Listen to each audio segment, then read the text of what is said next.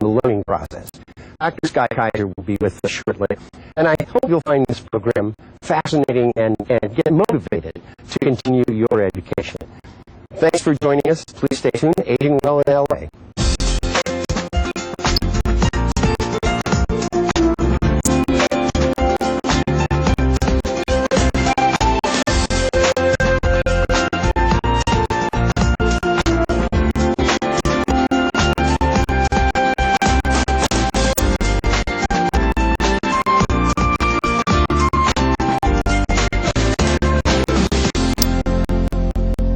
Welcome back. We're here at the Osher Institute presentations for the Osher Lifelong Learning Institute with Scott Kaiser. Dr. Scott Kaiser. Scott, what are some of the benefits of ongoing education for seniors? Well, they're numerous, and that's why we're here. This is just another example of staying active and engaged, being active participants in their life and health so that they can live longer and live better. Right, you were explaining that the plasticity of even the seniors' brain is so amazing it can still learn. Oh, absolutely. For our cognitive health, we need to stay engaged. We need to stay involved, always trying to learn new tasks, learn new information. This is a great place to do that. Exactly. Now, we want to give you a sample of some of the topics that these instructors teach. So, hang in there. We're going to give you a little sampling now. The UCLA Extension Osher Institute chapter is one of 117 chapters at universities and colleges across the nation. And we are funded by course fees, which we established at a reasonable, accessible cost, and by the generous donation and endowment set up by the Bernard Osher Foundation. If any of you are not familiar with Bernard Osher, he is a philanthropist, and he has dedicated one of his missions in life is lifelong learning. And of course, that is the mission of the Osher Lifelong Learning Institute across the country. This is supposed to look at legendary successes like Teaching Science 3 and all the lesser-known shows and sometimes downright flops, but have yielded us gold nuggets that we'll celebrate in the class video and audio in the class that I teach. One of the sessions looks at how biographies and autobiographies of noted people have been turned into musicals. Think of all the people who have made fascinating material for musicals. Fanny Bryce, Maria von Trapp, Coco Chanel, and their men like Fiorello LaGuardia, or Marx Brothers, Benjamin Franklin, Jesus Christ, Adam and Eve. Fascinating story, and taken together, this course is a broad and affectionate portrait of musicals and their fascinating variety right down to today's shows, and I look to accompany to this journey. I, my wife, and a couple of PhD physicists went up to Caltech one weekend for 5 years ago for a really intensive, day-long, from early in the morning till 10 o'clock at night, symposium on energy and particularly global warming. That was just the time when it was really becoming high in public awareness. And a great deal, and then I went back to a different lifelong learning organization and gave a summary of what I heard in this 12 hours or so of intensive presentations by professors from different universities and businessmen and lawyers and anthropologists and so on. And out of that grew the course that I've been teaching for really a number of years now in different locales, different venues. And I call it living with expensive oil and global warming. These are two things that we will all do. We will live with these two problems because they are here and getting worse. I've been a writer all my life, and about 2.5 years ago, I started a website called America Comes Alive. And the goal of the website was to tell America's story, probably the lesser-known stories, in an entertaining and enriching way. And that's the course that I proposed to Valerie. And the course I'm calling is American Moments, Stories that Define Our Times, Our People, and Our Country. I've broken the course down into 3 different parts, and we'll do early transportation, we'll do early communication, and we'll also do something that all of you here in Los Angeles know well, early entertainment. I also believe very strongly in talking about the postal system, and that has to do with the fact that they do not get enough credit for being the agent of change that they actually were. And the best story I can tell you there is when Wilbur and Orville Wright first came up with their flying machine, they approached the War Department and said, "What about this?" And the War Department just looked at them and said, "Oh, that looks way too risky." And so the Postal Department said, "Come talk to us. We need a faster way to get a mail letter from place to place." And so it was actually the Postal Service that was at the bottom of our beginning of our commercial aviation period. And that to me is just really amazing. One of the main reasons why I teach here is also for what I get back, from the students. It's the most amazing experience I've ever had. I don't need to explain to people that there was a Second World War after the first one, which instead, I'm glad you think it's a joke, but instead I have occasionally to do with my undergrad students. Believe it or not, that happens. Let alone the dates when that happened. Was 10 years ago? No. So, in brief, this is basically my experience that I have here at UCLA, and kind of courses, as mentioned, our cinema series we're going through now every year, like an international cinema series where basically I choose 7 movies from different countries all over the world. Some are contemporary, some are also rare. So when I go back to Europe, I find like amazing movies on DVD that have never been released here. So we watch sometimes also some sort of, we have some previews. Some are older classics, and the other type of class is that is, as I said, more kind of divided by director. Preston Sturges was doing one on Billy Wilder. Maybe one on Spielberg too, but I'm always happy to hear the students' feedback because that's exactly what also gives me an idea for the next class. We bring in new scenes, new audience, and the people who come to these classes are so bright and interesting that I always feel I walk away with far more than I bring to the class. I usually bring in, because I work as a theatrical director here in Los Angeles and have spent my life in and out of the theater as an actress and director, I know a lot of actors who are professional actors, and they're all eager to get cast in plays, and so they're always happy to do me favors. So they come in and they do scenes from plays in my classes, and we usually do a couple of scenes and compare and contrast the issues, maybe from different centuries, from different continents, different themes, and always after their performances, there is a fabulous conversation, discussion from the people in class. And I'm always amazed because I spend hours preparing the very intelligent things I'm going to say about these plays, and then the people in the class say much more intelligent things than I ever thought of. The courses that I offer in opera cover a very wide range, from an overall history of opera to very specific periods, the 19th century, the voices of opera, French opera, which is not as well known as Italian opera, and most recently, a rather whirlwind course devoted to all 28 operas of Giuseppe Verdi, who in the year of 2013 will be celebrating his 200th birthday, and is alive today probably in the appreciation of his art as he was during his lifetime. I remember when the first corn came in, when the first zucchini came in, when you went directly from not having any zucchini to having too much, and your neighbors who were growing up are leaving baskets of it on your doorstep and running. All right, so I remember all the different vegetables that you couldn't get. You couldn't get Brussels sprouts all year round. You couldn't get all these things. We now have this incredible richness. Well, if you remember, how many of your moms responded to this seasonal wealth of stuff by canning and pickling their own stuff? My mom sure did. My grandmother sure did. I do. But I'm one of the only people I know that does. I'm doing it as a matter of art rather than necessity. I'm doing it because of the fact that there's something about when you come over to my house for Christmas, I'm pulling out some of the green tomatoes that I was pickling. Oh, now I did a bunch of those last week. And pulling out the produce of an entirely different season and reminding people what my class is going to be about is about how seasonality changed our cooking, how our cultures, all of the cultures of America, shaped our cooking. And we're going to look into all of these things, and in the last session, we're going to have an introduction, and a lot of you are going to be telling me, what do you think we're going to be eating at the end of this century? So we're going to explore the past, the present, and the future of American cuisine in 5 sessions. And we're joined now by Kate Kelly, author, historian, speaker. You wear many hats. Absolutely. Nice to see you. I'm delighted to be here. So you'll be teaching history courses at Osher? Yes, mainly cultural things have to do with American history. My first offering is called American Moments. For winter, I'm probably going to do something on history of the Funny Papers, because culturally things like that are really important because we read into it, kind of who we are at the time. So it's an important area to talk about and fun. That does sound like fun. So this is American Moments. There's a website that goes with it? Well, I have a website called AmericaComesAlive.com, and that is a lot of the basis for the material. My course itself will talk about early transportation, early communication, and then also early entertainment. And the stories range from the fact that, few people realized that 100 years ago we actually had electric cars. And despite the fact that Henry Ford was very busy inventing a gas-powered car, his wife drove an electric car, and we'll explain why in the course, why she chose the electric car when he was going full force with the gas-powered cars.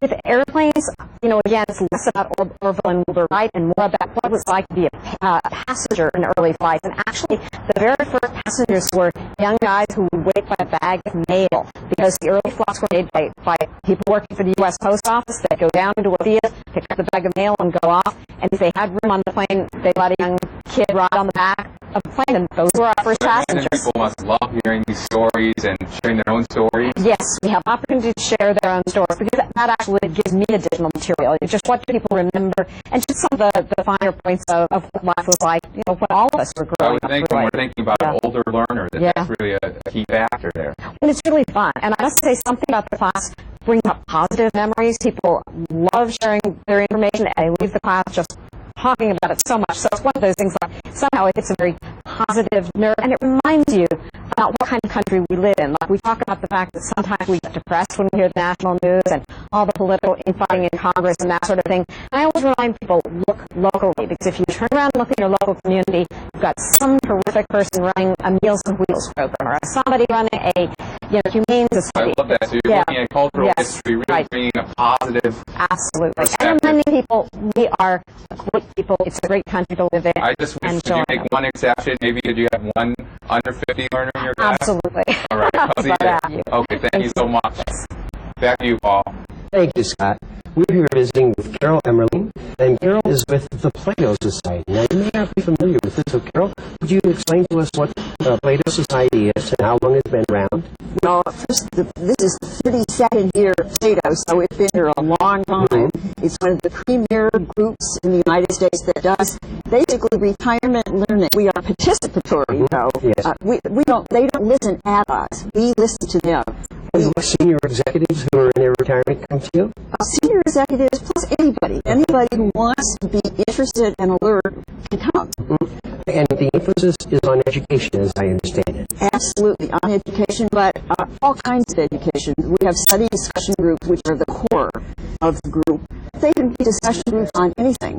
We have 75 of them a year, 25 per trimester, and it can be anything from science to magic to history to anything that is of interest to us. And you were telling me you have some major speakers as well with some of your larger events. Yes, we have 7 colloquiums a year, and there are things like Pulitzer Prize winner, or the Archbishop of Los Angeles, or Sam Friedlander, who is the Holocaust person. So they're wonderful. And Peter Part from Hollywood Reporter, bless his heart. He's going to be there on Thursday. I wonder if he'll share the real secrets of what he learned. Well, it certainly sounds like it. I don't know if he's going to hold anything back if the way he sees positioned now. But we also have brown bags, which are some people who are members of Plato have things like how what they did on trips, what hobbies they are, what they had in their working life. It sounds fascinating, and seriously, I recommend the Plato Society. It's easy to look up. You have a website, of course, and we'll have your contact numbers at the bottom of the screen. We have to take a short break for a public service announcement. We'll be right back. I am who I am. I'm competitive. I am independent. Self-sufficient. Help others become independent. A disaster, my independence could be threatened. But not with SNAP. SNAP is an emergency preparedness website that helps those who may need extra assistance in a disaster, including a registry to let emergency personnel know you may need extra assistance. Simply register at snap.lacounty.gov. And Prepare. register. An emergency can happen at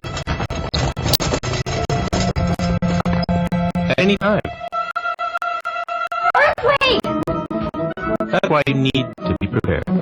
Put together an emergency kit with food, water, a first aid kit, a flashlight, radio, and some tools. You're never too old to prepare. Get a message? Be prepared. The holiday season is upon us. And although for most people it brings lots of joy and family unity, for many older adults and family caregivers, that's not the case. For many family caregivers, the holiday season gives rise to stress, frustration, and anger, because they're already overwhelmed with the activities of daily living. We commonly refer to these feelings as holiday blues, holiday depression, or holiday stress.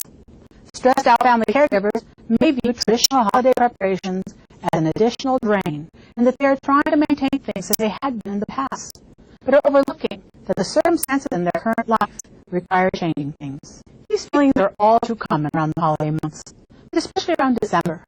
It tends to get worse. Although holiday blues may be short-lived, lasting from a few days up to a few weeks, before or after the holidays, it can range from feelings of sadness to thoughts of suicide. Older adults often feel sadness, loneliness, and or isolation, which is magnified by the memories and expectations of holiday cheer. Symptoms sometimes mimic clinical depression and may include headaches and having low energy all the time, sleeping too much or too little, changes in appetite, resulting in weight gain or weight loss, agitation and anxiety, sad or irritated moods, excessive or inappropriate feelings of guilt. Sometimes there's difficulty with thinking or concentration, or there may be decreased pleasure and interest in usual activities. Some factors that may contribute to a family caregiver's holiday stresses include financial problems, where a person cannot do what they would like to do, fatigue from overdoing it, especially if the person is also caring for another person, unrealistic expectations of visitors, traveling, or gift-giving, inability to be with one's family or loved ones, memories of past holiday celebrations, especially if there's been a recent death in the family, and the perception that everyone else is happier. So what can you do about it? Try some of the following tips. Avoid alcohol, which is a depressant, and overeating, as they may intensify feelings of depression. Set a budget for gift giving so that you don't overspend and get anxious or worried. Allow yourself to feel sad, but don't let it overpower you. Acknowledge the past memories, and then focus on how to make the best of what you have now. And talking with others without complaining too much can help you feel better. Try journal writing. It may be a new concept to you, but it is worth the benefits. Eat right, exercise, and get plenty of rest. Maybe a midday nap even. Get some sunlight, but remember to bundle up if necessary. Sunlight plays a large role in our moods. Getting 20 minutes of sunlight a day by being outdoors or sitting at a window, even if it's overcast, can help tremendously. If symptoms of depression persist longer than 2 weeks, seek professional help. Start with your primary care physician. And have a happy holiday. We're joined now by Marlene's wife, who's going to tell us a little bit more about this wonderful program. Hi, Marlene. How are you? Nice to meet you. So, Marlene, I understand you've been a member of this program since the beginning? Yes, I just looked into it. It's one of the happiest serendipities of my life. I've always been an overachiever, and I had just retired, and I was really a recovering workaholic, and I had to find something to do to fill my time. And I was leafing through the UCLA catalog, and I saw a program, Osher, that I'd never heard of, that was aimed at lifelong learning for people over 50. And I thought, what is this? This sounds like something that I'm very interested in. In my youth, I was certainly very interested in academics. And 40 years later, I had really ever taken the college So you were course. able to rekindle those flames and get engaged, and you've been enjoying this continuously since? Absolutely, absolutely. And it has been a godsend both intellectually and socially, because I made so many friends in the program. And I've taken courses that have enriched me intellectually, and I've taken courses that were just fun, like rock and roll for the 60s, reliving my life. It has been an utter delight. That's fantastic. Something that's fun and probably most beneficial to your overall life and health. What would you say to people watching at home who are sort of on the fence and thinking, could I do that? Come join us. You'll love it. Try one course because it is very affordable. It's one of the most affordable programs for older adults that's out there. And you should just try it. And I would almost guarantee that you're going to love it. So, Well, with that, if I had my prescription pad, I'd give you a big stack, and you can write prescriptions for Osher Lifelong Learning for everybody out there. Thank you so much for joining us. Thank you. Lovely talking with you. Lovely talking with you. Back to you, Paul. We're going to have a brief visit with Steve Berry, one of the instructors here at the Osher Institute. You have a fun course, The History of Rock and Roll. Well, it is a fun course because it gives everybody an opportunity to kind of relive the soundtrack of their lives, and then we go back. I started actually about 3 years ago, starting with the 50s and bringing it all the way through, 60s and whatever. I was involved in the record industry in about 1963 at the same time. Same time I was on the Donahue show. We were having big hits, and Shelley was, and in fact, my partner and I even wrote some songs for her. Great. And we eventually started to to make it as songwriters and then producers under the wings of Lou Adler, who was kind of our mentor. And so I've been in the record industry for my entire life. But Steve, for many seniors especially, they often have not yet recognized the threads that go through the music business, the influences of a Bing Crosby back in the day, or big bands, and Frank Sinatra. The story you told about Frank Sinatra was wonderful. Well, the interesting thing about Frank Sinatra, that I've always been a fan of his, and I found that over the years that in talking to and working with Rod Stewart and working with, and certainly listening to an entire lecture that Bono did on Frank Sinatra, well, rock and roll people love Frank Sinatra because of his attitude. They looked at him as, and they looked at his group. The Rat Pack is the first supergroup. They did all the things that the rock and roll stuff. The thing I always admired about Sinatra was the musicians, the quality studio musicians considered him a musician, that he actually made musical contributions. Well, not only that, but if I had the fortune of being in the studio a couple times when he was singing, because he worked at Western Recorders on Sunset there, and we all kind of worked in the studios. But every musician will always say that they played better and that everything came out in level with Sinatra's in there. Because first of all, they really had to get into 3 takes, because after that he was done. So, other duties to perform. Exactly. So, everybody was really on their best, and he brought things to a great level. Well, thank you so much for visiting with us. We appreciate it. Steve, very short on the history of rock and roll. Now, Scott, back to you. Thanks, Paul. Now we're joined by Lisa Munoz, the program director here at the Osher Institute for Lifelong Learning. Hi, Lisa. How are you? Good. How are you? Nice to see you. So we're having some really interesting conversations here about the older adult learner. Sure. The older adult learner is a very interesting learner. It's a lifelong learner, and we have found through UCLA Extension that our adult learning population is very goal-oriented, mostly for professional reasons. But when you get to an age 50 plus, you really find a different kind of set of goals, right? They're looking to reconnect, really, to themselves. They're looking to reconnect to social circles. They're looking to reconnect to their intellect and really to their whole lives. We've heard so many stories. It's very exciting to hear of people saying the program really saved their lives because it's been able to bring them back into involvement and participation in life. I love hearing those stories. I've heard those stories repeatedly in my own clinical practice, and that's why we're here today. And with people living longer, and life force is really changing. It really does. Men and women both are living much longer than expected, and I think we can all see that the traditional model of retirement at age 50, 55, and then just kind of sitting back and relaxing just doesn't hold true anymore. People really need to do something. They need to be out in the world, engaging their minds and their body and their spirits. So it's really wonderful and very rewarding to see that the Osher Lifelong Learning Institute gives people that opportunity. It gives them a place to do that among other like-minded individuals, and it really, again, lets them kind of reconnect to life. That's absolutely what we're trying to talk about here on Aging Well in LA, reconnecting, staying active, engaged, living longer, better. So tell us, how can people find out more about this? We're sold. Sure. No, we have we've set up a great area of communication on our website. So people can visit our website. They can call us at the UCLA Extension. Okay, we'll put that number below, I'm sure, here. We'll make sure that number's there. So they can call us, they can email us, they can visit our website, all of the information about joining our fall, winter, spring, summer classes, all the information that they might want is there. Well, thanks for joining us. Thank you. I hope a lot of people are inspired by this program and head out there back into the classroom for a whole new adventure. Great. Thank you so much, Todd. Thank you. I hope you enjoyed our visit with the Osher Institute as much as we did. Scott, this is like a hidden gem. Absolutely. I had a great time here today learning more about the program and seeing wonderful examples of people staying active and engaged. And there's an interesting educational aspect to this. You're not being graded on your participation. You are participating.